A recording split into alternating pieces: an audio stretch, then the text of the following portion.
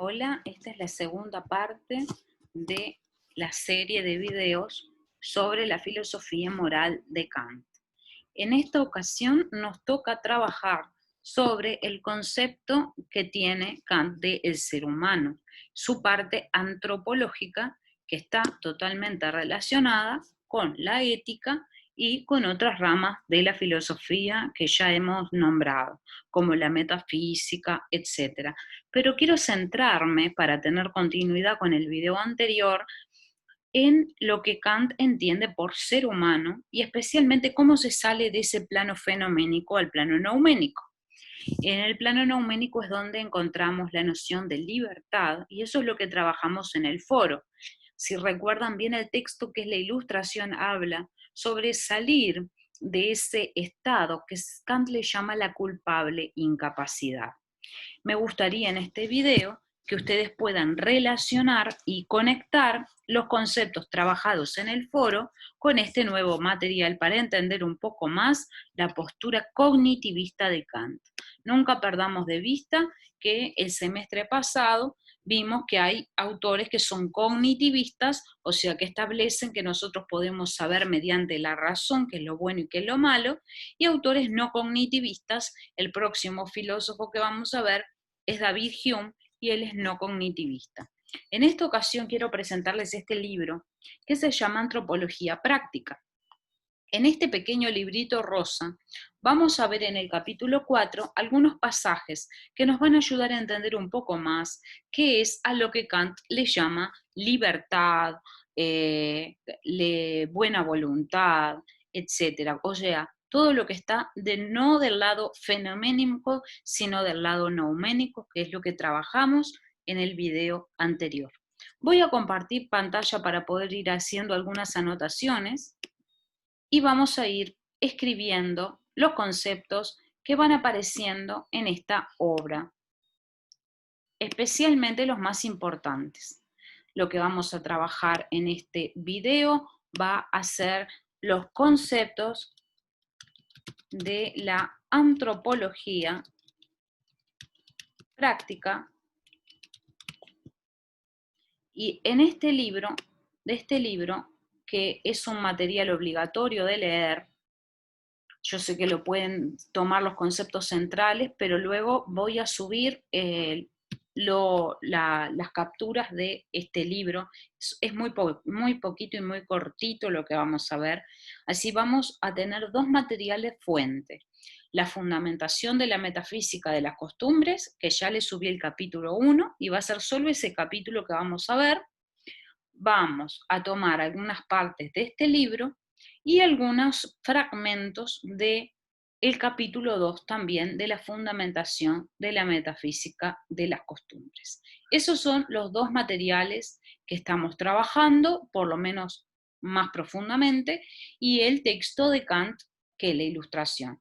Con esos tres materiales podemos decir que tenemos la parte moral, la filosofía moral, más o menos armada. Kant es un autor bastante profundo, tiene muchas obras, pero con estos tres textos nosotros ya podemos darnos una idea de qué trata la filosofía moral kantiana. Vamos a ver el capítulo 4. En este capítulo 4 encontramos que Kant habla de las tres partes más importantes que constituyen al individuo. Y voy a ir sacando una flecha de acá para ir armando un esquema, de manera de que ustedes, si quieren, pueden imprimir este esquema y pueden leer de acá. Quizás se les vuelve más comprensible los conceptos. Capítulo 4. Y el capítulo 4 dice, en torno al carácter específicamente humano. ¿Tá? Vamos a anotar el nombre del capítulo, vamos a anotar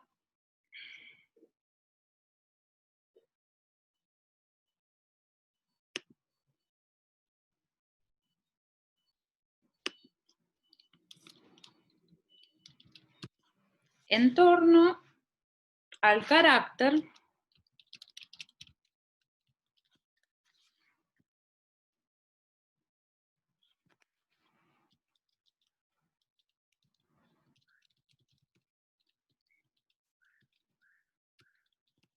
o de la libertad.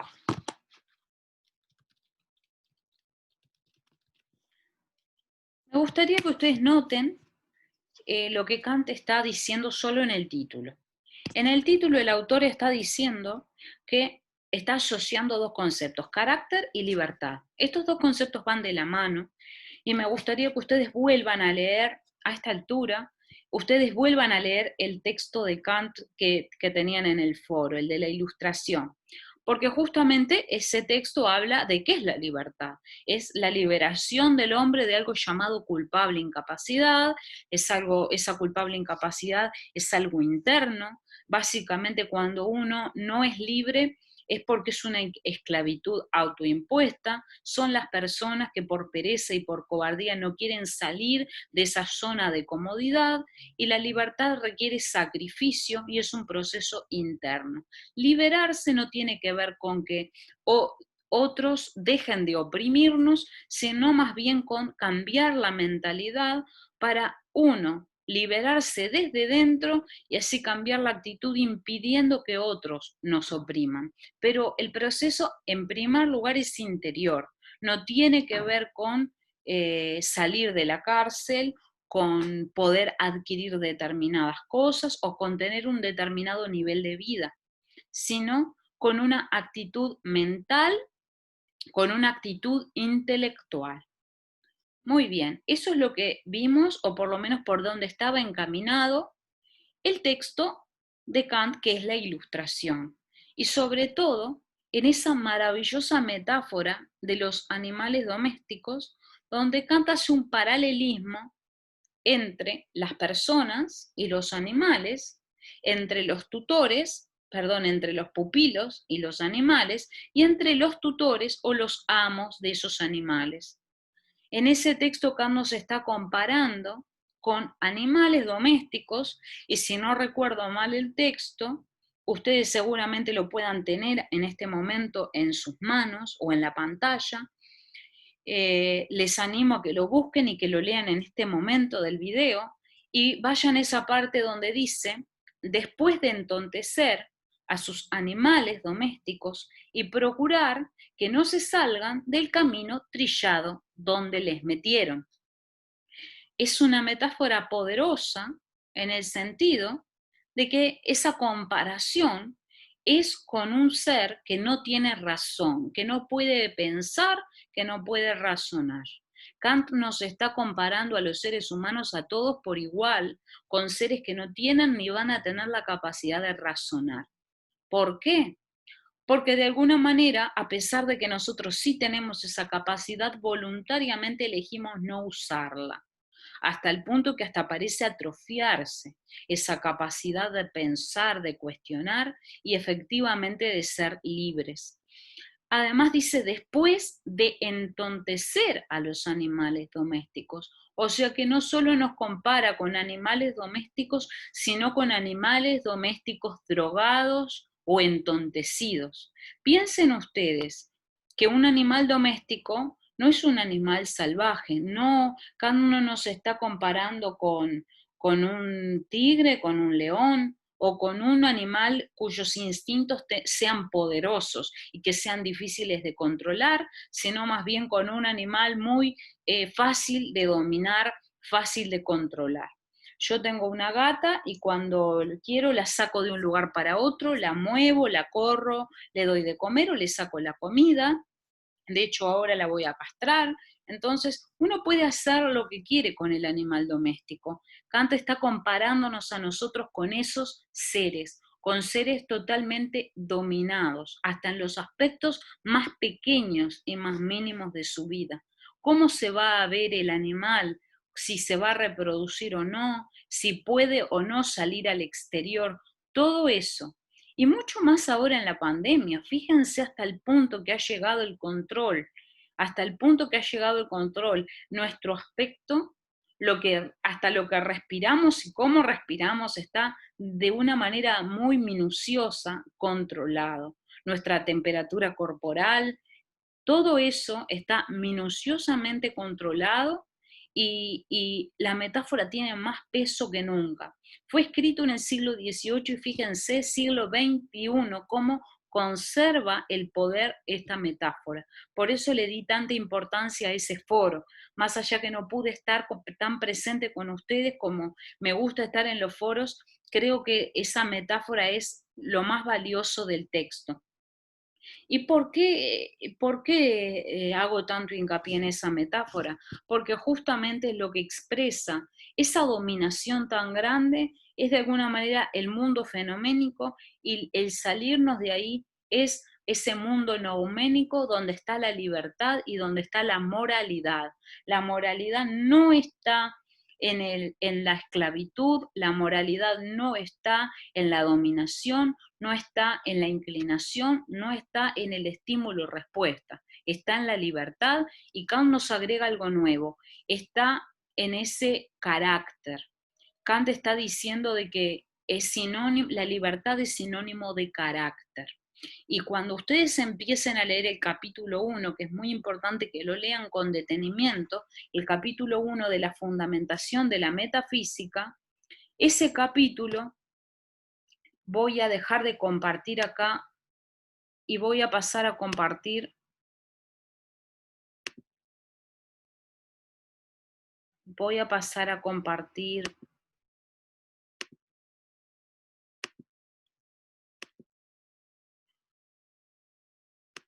mi escritorio, donde tenemos acá el capítulo 1. Claramente ustedes esto, yo no lo voy a explicar todo, pero es una ayuda el poder leer con ustedes algunas partes para que se les haga más sencillo la comprensión.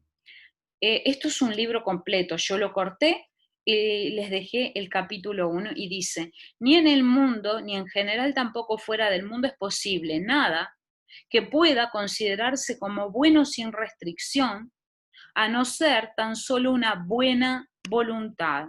Anoten esto, por favor, píntenlo, subrayenlo, si pueden tenerlo en papel, mucho mejor.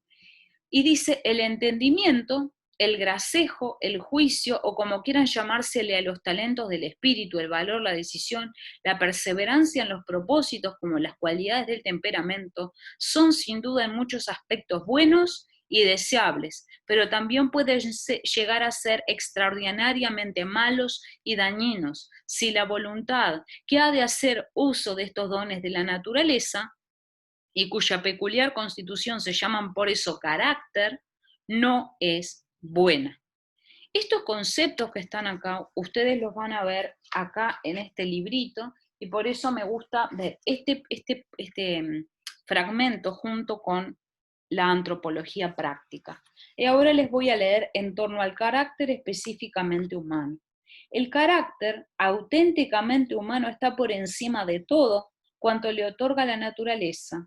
La condición humana, el temperamento, la fisonomía no constituyen propiamente el carácter. Este viene dado por la voluntad humana conforme a principios. Lo característico de la voluntad libre sí constituye el carácter del hombre en el sentido estricto que le denominamos modo de pensar. El carácter práctico es independiente del temperamento. Un talento puede ser tildado como hábil, un temperamento como afortunado, pero el carácter de bueno o lo contrario, o sea malo. Esto no lo dice, pero lo contrario de bueno es malo. El carácter de todo hombre estriba en el dominio de máximas. Esto da para leerlo muy detenidamente, ¿tá? Así que si lo tienen que ver más veces al video y releer y tener enfrente al material que se los voy a dejar en PDF, sería bueno que lo tengan. El carácter de todo hombre estriba en el dominio de máximas. ¿Tá? Entonces, Kant está hablando de tres cosas. El hombre posee tres facultades. Eso es lo que es el ser humano. Esta es la antropología. ¿Qué es la antropología? Es la rama de la filosofía que estudia qué es el ser humano.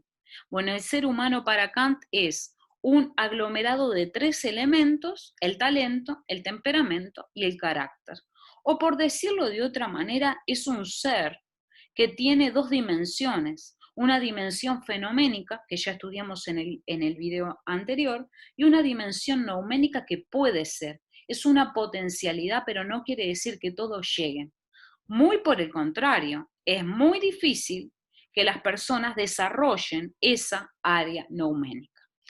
Voy a enchufar la computadora porque me estoy quedando sin batería.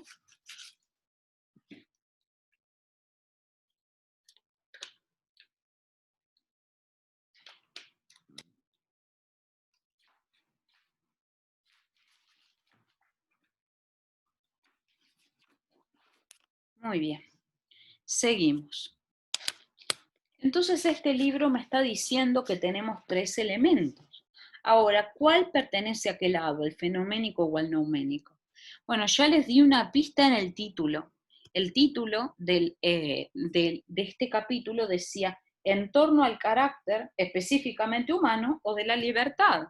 Y en el video pasado vimos que teníamos el plano fenoménico, donde simplemente somos objetos o que somos seres que estamos determinados por el estímulo-respuesta, determinados por el concepto de inclinación, y por otro lado, la libertad. Ahora Kant está diciendo que el carácter es lo mismo que la libertad. Y acá, en esta obra, me está diciendo que el ser humano son tres partes: el talento, el temperamento y el carácter. Si la libertad es el carácter y la libertad está en el mundo nouménico, entonces las otras dos parece ser que no están en el plano de la libertad. ¿Y por qué? ¿Por qué el talento o el temperamento no están en el área de la libertad? Avancemos un poquito en la lectura. El talento es valorado. Mediante él, uno queda pertrechado con miras a ciertos fines. Se necesita ser cultivado. Eso es el talento. Con el talento uno se ve pertrechado con miras a ciertos fines. El talento me da finalidad, le da un objetivo a mi vida.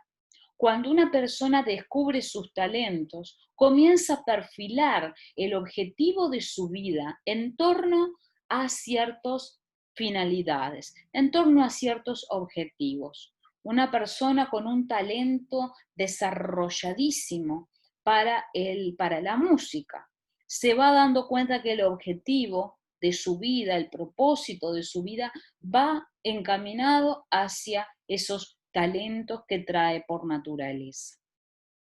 Y ya dijimos que necesita ser cultivado. El temperamento es deseado y gracias a él se ve uno predeterminado a la felicidad o el desamparo propio de una madrastra. Aquí nos hallamos ante algo que debe ser disciplinado. El carácter inspira tanto respeto como temor. En virtud de él, se ve uno predeterminado al bien en general y queda moralizado. Fíjense cómo están conectados los conceptos de libertad, carácter, moralidad. Y acá, si volvemos a este texto que tengo en pantalla, dice que ni en el mundo ni fuera del mundo es posible encontrar nada que sea bueno en sí mismo, salvo la buena voluntad. Y más adelante lo conecta con la palabra carácter.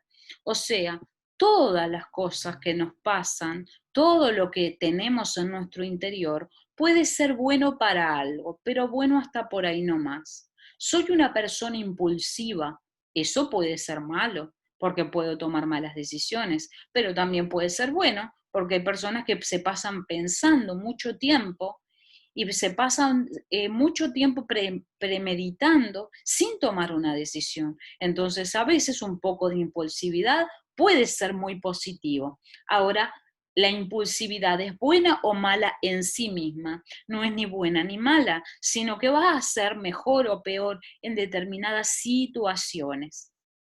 Después habla de algunos talentos como el valor, ser valiente. Esto ustedes lo pueden conectar con Aristóteles. Ser valiente es muy bueno, pero si, por ejemplo, en un momento determinado yo no debo demostrar valor, sino que más bien tengo que quedarme en el molde, el valor no es tan positivo. Entonces va a depender del momento, del lugar, de la situación, la decisión, la perseverancia en los propósitos. Ser perseverante es hermoso, es muy bueno. Pero ¿qué pasa si estamos hablando de un asesino serial que es muy perseverante? ¿Es bueno eso? Bueno, esa perseverancia que en otra persona es muy positiva, en alguien con trastornos mentales y que es un psicópata sería muy negativa. Ahora hay algo que Kant dice que es bueno en sí mismo, o sea que sin nada, sin restricción alguna. O sea, no se trata de la cantidad, no es como en Aristóteles que es un poquito, un justo medio. No, la buena voluntad es buena en sí misma, buena para todos, en cualquier momento y en cualquier lugar. Y esa buena voluntad es a lo que Kant le llama carácter. Así que vamos enlazando con los conceptos. Buena voluntad, carácter, libertad, moralidad, son conceptos que van de la mano. Y si queremos agregarle un concepto más, podemos hablar de ilustración. Ilustración es lo mismo que libertad, libertad es lo mismo que carácter, carácter es lo mismo que buena voluntad. Y así ya podemos entender que va del lado del esquema. Vuelvan a mirar el video anterior, el esquema donde teníamos el lado fenoménico y el lado nouménico que había quedado un poco vacío, y es porque habría que completar ese esquema con estos conceptos. Si ustedes tienen ganas y tiempo, pueden imprimir el esquema anterior e ir agregando estos conceptos que estamos trabajando, porque yo no puedo de vuelta escribir todo porque se me iría el tiempo. Muy bien, sigo con este texto. Lamentablemente no lo puedo compartir en pantalla porque aún no lo tengo digitalizado. Pero se dan cuenta que tenemos el talento, el temperamento y el carácter. Con el temperamento, el talento, las personas son valoradas en sociedad. Dice más adelante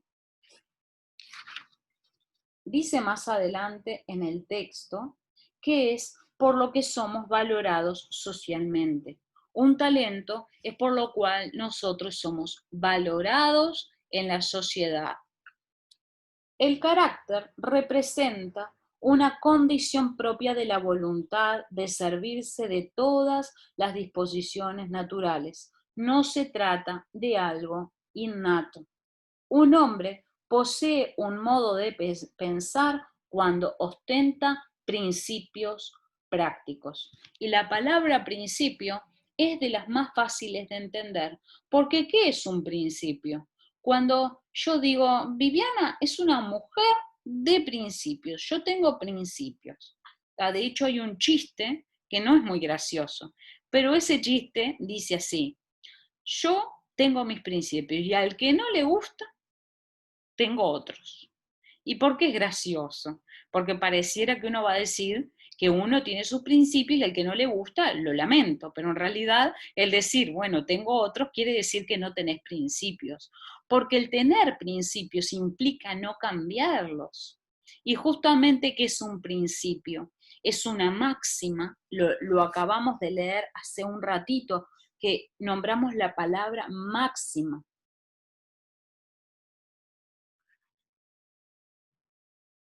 Las máximas, el carácter es todo, el carácter de todo hombre estriba en el dominio de las máximas. Los principios son máximas. ¿Y qué es una máxima? Es aquello por lo cual yo voy a actuar. ¿tá? Es una regla de conducta. ¿Y por qué se llama principio? Porque está el principio de la acción. Un principio es, por ejemplo, yo no robo, aunque tenga hambre, aunque me tiren una billetera con dinero y aunque tenga que alimentar a mi familia, no robo. En otros años yo he empezado el curso con unos dilemas éticos y esos dilemas éticos, perdón, caí en mi propio error.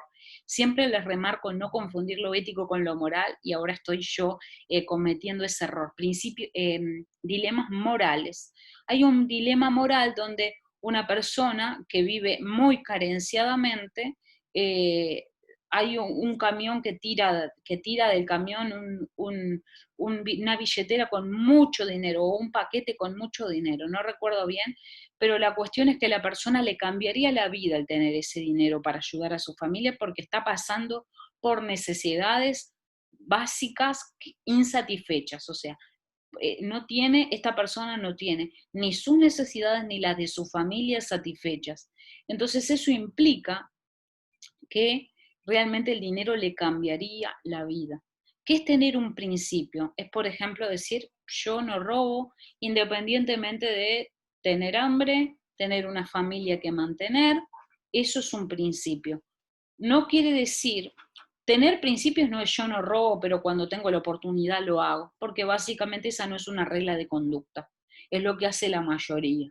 Bueno, yo me comporto más o menos bien cuando me están mirando, cuando no me están mirando, las reglas cambian, mis reglas de conducta cambian.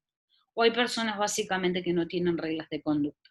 ¿Qué es tener carácter? Es tener principios máximos de conducta que no se cambian, sino que justamente mi accionar depende de mis máximas y no al revés. Yo no ajusto mis reglas de conducta a, a lo que pueda pasar, sino al revés. Todo lo que me pueda pasar y todas mis conductas se van a ajustar a esos principios o a esas máximas. Muy bien, avancemos un poquito más en qué es el talento y qué es el temperamento, porque acá hay una confusión muy común. Generalmente a lo que es el temperamento se le llama carácter, y es un gran error, porque cuando una persona se enoja fácilmente, cuando alguien es impulsivo, cuando alguien es rencoroso, cuando alguien tiene falta de perdón, se le llama que no tiene buen carácter, y en realidad el carácter es otra cosa. Yo puedo ser una persona muy resentida, no obstante, a pesar de mis sentimientos, a pesar de mi temperamento, que es algo que traigo, yo me obligo a tener acciones correctas, independientemente de lo que sienta, porque mis sentimientos y mi parte emocional y afectiva están del lado del temperamento. El temperamento es la parte afectiva de las personas. Vamos a ver si encontramos acá cada referencia. Dice, un hombre posee un modo de pensar cuando ostenta ciertos principios prácticos y no solo principios lógicos. Claro, yo puedo pensar teóricamente que robar está mal, pero cuando vamos a lo práctico, robo igual, o no necesariamente robar, sino ser deshonesto, ser corrupto, hacer trampa en un cuestionario, plagiar información que no es de uno, etc. El carácter solo hace su aparición en sus años de madurez. ¿Ah? Y además, que una persona llegue a la adultez no significa que tenga carácter. Hay personas que pueden tener 60 años y nunca desarrollar un carácter porque no es algo que tengamos necesariamente. Al ser algo adquirido, podemos haberlo alcanzado o no haberlo alcanzado. Hay personas que nunca tuvieron carácter y que no lo van a tener, ¿tá? Que solamente llegaron a tener talentos y temperamento, pero el carácter es algo en lo cual uno trabaja en sí mismo, no es algo que nos heredan, no es algo que ganamos, como quien dice, gano la lotería, es algo en lo cual se trabaja y no es fácil de alcanzar ni de lograr. Del temperamento no cabe fiarse, pues siempre puede darnos alguna sorpresa. ¿Por qué del temperamento no hay que fiarse? Porque el temperamento es nuestra parte emocional. Las emociones cambian, los sentimientos cambian. Un día podemos estar enojados y tomar decisiones en base a nuestro enojo. Sin embargo, ¿dónde aparece el carácter? El carácter requiere de esa madurez, de esa capacidad de poder darme cuenta, bueno, yo estoy enojado, estoy sacado, por decirlo de una manera coloquial, no voy a tomar decisiones en este estado. Esa decisión es una buena decisión. ¿Y quién toma esa decisión? El carácter. Nuestra parte que ya ha madurado es la que toma esa decisión de no dejarnos llevar por lo emocional. ¿Y por qué no cabe fiarse del temperamento? Porque el temperamento es aquello que varía en nosotros, es variable, depende de las circunstancias. A veces puedo, no sé, me pueden dar un ascenso y estar emocionado, hacer promesas que luego no puedo cumplir. ¿Ah? Sin embargo, el carácter requiere de mesura, ¿ah? Y se logra con la práctica. Acá hay mucho de Aristóteles, pero hay algo que no, que es totalmente distintivo en cualquier autor, y eso es lo que me gusta de Kant, que Kant cree que es posible que hayan seres humanos que actúen de manera moral, independiente de mente de su interés y de su emocionalidad, y eso se llama actuar por buena voluntad. Eso es actuar por deber. ¿Ah? Y agrego para la pareja de conceptos asociados, porque hablamos de ilustración, libertad, carácter, moralidad, buena voluntad, y ahora y a estos conjuntos de conceptos asociados le agrego deber, porque ustedes van a avanzar en la lectura del capítulo 1 y se van a encontrar que Kant hace un salto del concepto de buena voluntad al concepto de deber, y a partir de ahí habla del deber. La moral kantiana es una moral del deber, pero el deber no es otra cosa que el carácter, y el carácter se conquista, se logra tomando decisiones. La carencia del talento o de temperamento puede verse suplida por algún sucedáneo equivalente, pero esto no es posible en el caso del carácter o modo de pensar. El talento se puede compensar. De hecho, cuando una persona no es talentosa, se esfuerza, se sacrifica y puede obtener hasta los mismos y mejores resultados que personas talentosas. De hecho, habrán escuchado muchas veces que la perseverancia le gana al talento. Y es cierto, acá Kant lo expresa muy bien. Sin embargo, con el carácter no se puede hacer eso. Tenés carácter o no lo tenés, pero si no lo tenés, no hay manera de suplirlo. Por eso, fíjense que Kant dice que ni en el mundo ni fuera de él hay algo bueno, sin restricción, salvo la buena voluntad. Es algo insustituible. Es algo que es bueno independientemente de todo, pero que también es insustituible. El carácter o a la buena voluntad no la podemos suplir con nada.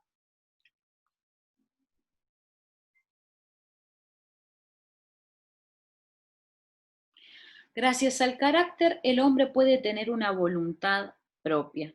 Esto es muy fuerte. ¿Por qué? Porque hay personas que no logran tener carácter, y si no tienen carácter, no tienen voluntad propia. Y al no tener voluntad, vamos llevados por el viento el viento de las circunstancias y el viento de la manera de pensar de otras personas. Esto es muy interesante asociarlo con el texto de que es la ilustración, donde hay tutores que saben lo que quieren y saben para dónde van, y hay pupilos que no tienen idea de lo que quieren ni tienen idea dónde van, sino que van guiados por la emocionalidad.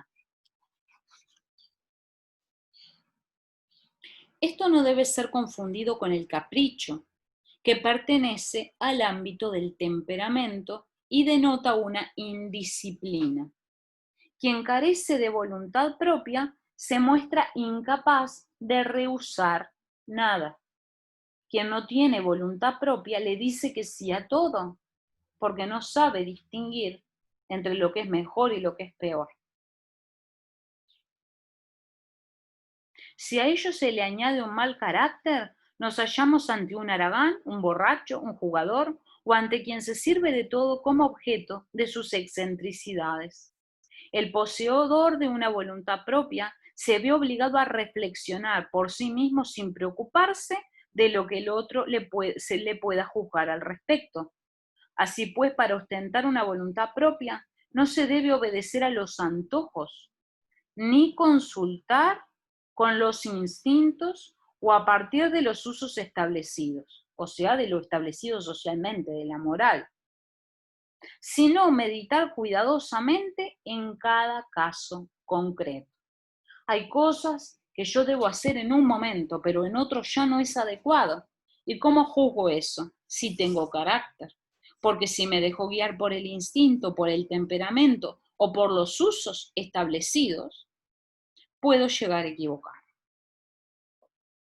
El hombre que tenga una voluntad estable y actúe con arreglo a ella representa la pieza maestra del carácter. Quien actúa conforme a su humor es un caprichoso. Espero que nadie se sienta identificado con lo que dice Kant, pero quien actúa conforme a su humor es un caprichoso. ¿De qué trata el carácter? De poder dominar aquello que yo sé que es una inclinación. Así que ustedes pudieron ver conceptos asociados. Voy a compartir nuevamente porque esto merece ser anotado.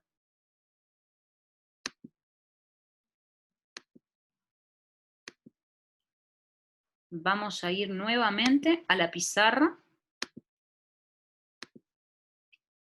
y voy a anotar acá conceptos asociados.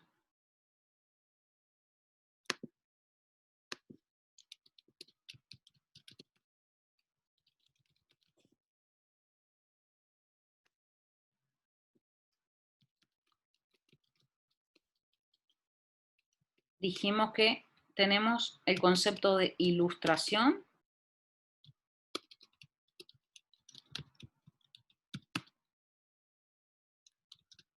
carácter, libertad, buena voluntad,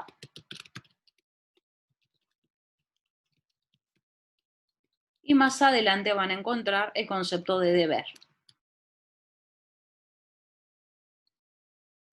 Por otro lado, tenemos el concepto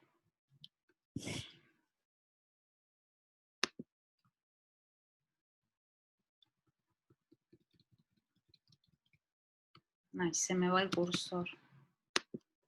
El concepto de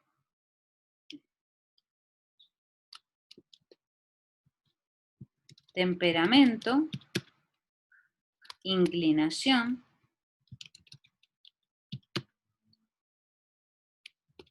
falta de libertad. Y todo lo que vimos en el texto de que es de ilustración, pupilo,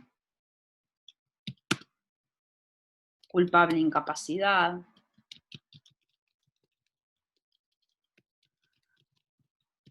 etc. Podemos decir que esto es el plano nouménico y que esto es el plano fenoménico. Para que ustedes puedan encontrarle la relación con el video anterior y que les quede armado el tema de una manera coherente. Perfecto.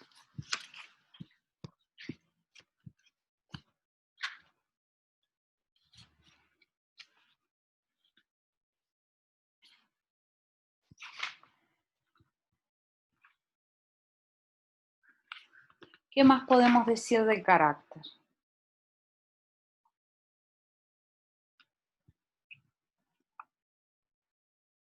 Para perfilar un poco más el temperamento, podemos decir que el talento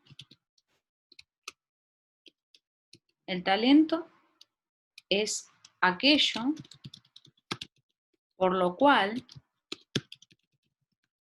el hombre tiene un valor social.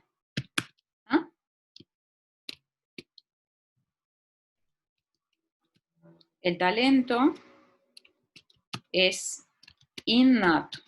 ¿Nacemos con talento o no? Luego lo podemos desarrollar. Capaz que alguien nace con un talento pero nunca lo desarrolló, etc. El temperamento es la cuota afectiva del ser humano y es en parte innata y en parte adquirida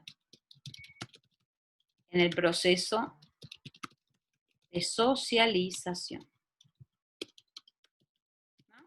¿Nacemos con un temperamento? Nacemos con unas predisposiciones a ser personas más bien introvertidas o extrovertidas, personas más calladas, personas que meditan más las cosas o más impulsivas. Eso es una predisposición. Luego, cómo fuimos socializados, cómo nos han criado, terminan de constituir nuestro temperamento. Pero cuando alguien te dice, ay, qué carácter podrido que tenés, cómo te enojas por todo, de lo que están hablando es de nuestro temperamento y no del carácter. Para terminar la clase de esta parte, de la parte antropológica, luego seguiríamos con un video respecto a la buena voluntad y la clasificación de las acciones y una más sobre el imperativo categórico para terminar con esta sección sobre la ética kantiana y terminamos diciendo de que Kant es el primero en hablar de la clasificación del temperamento. Dice que hay 4 tipos de temperamentos. De hecho, hay test en internet donde ustedes pueden buscar su tipo de temperamento y dice que podemos ser coléricos, melancólicos, flemáticos o sanguíneos. Para Kant, este último es el peor de todos. El peor temperamento es el sanguíneo y es justamente el que pertenezco yo. Yo soy sanguíneo colérica. Generalmente tenemos mixtos nuestros temperamentos. ¿Y de qué se trata? Se trata de nuestra forma afectiva, de cómo reaccionamos ante la vida y ante las acciones de otros y de uno mismo. ¿Tá? Pero aquí no encontramos la libertad. Para poder ser libres debemos incluso hasta disciplinar nuestro propio temperamento, no dejarnos llevar por nuestro humor, sino desarrollar un carácter o, mejor dicho, una buena voluntad. Hasta hoy, hasta acá la clase de hoy. Voy a dejar digitalizado las partes del capítulo 4 para que ustedes, al momento de ver el video, puedan mirar los textos. Muy bien, espero no haberlos aburrido demasiado y nos vemos la próxima.